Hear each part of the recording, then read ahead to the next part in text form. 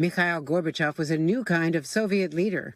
Decades younger than his Kremlin predecessors, he took a radically different approach. When he and President Ronald Reagan first met in Geneva in 1985, they somehow connected, agreeing on an historic joint statement that a nuclear war cannot be won and must not be fought. But a summit in Reykjavik, Iceland, the following year broke down in anger. And on a trip to Berlin, a city still divided by that infamous wall, Reagan famously challenged Gorbachev. Mr. Gorbachev, tear down this wall. Partly influenced by Nancy Reagan, the president worked to get the talks back on track.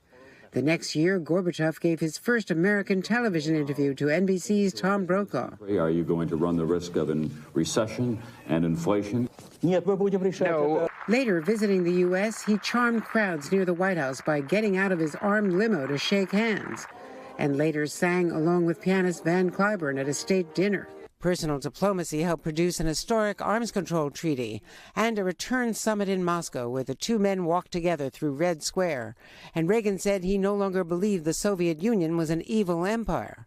Gorbachev was widely credited with ending the Cold War and overseeing the end of the Soviet Union. But perhaps Gorbachev's greatest moment was letting the Berlin Wall come down in 1989 without sending in Soviet tanks, for which he was awarded the Nobel Peace Prize. But his economic reforms at home were wildly unpopular. Shortly after an attempted coup, Gorbachev resigned, he said, to avoid a bloody civil war. Years later, I asked him about Reagan.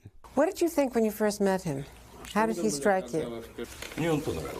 I liked him.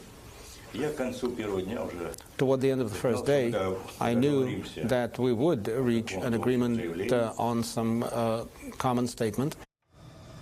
Mr. Gorbachev made no public comments about the current Russian war in Ukraine, but a close friend said in a recent interview that he was upset by it, viewing it as having undermined his life's work.